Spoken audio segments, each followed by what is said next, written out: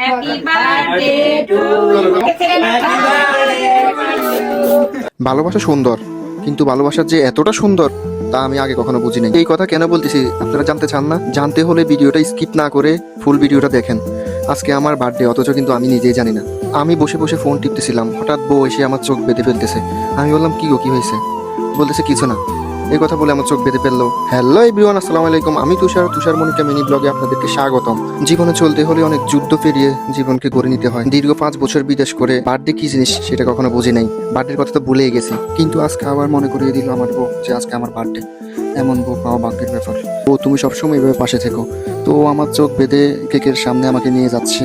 ও মাই god, ও মাই god, ও মাই god, এত বড় surprise আমি কখনো এটা আশা করিনি। থ্যাংক ইউ বউ। এরপর বসে পড়লাম, দুজনে একসাথে কেক কাটতেছিলাম। প্রথমত আমি ঝাড়বাতিটা ধরাতেই পারতেছিলাম না। অনেক ট্রাই করার পর ধরাইলাম। আমি যে এতটা হ্যাপি হব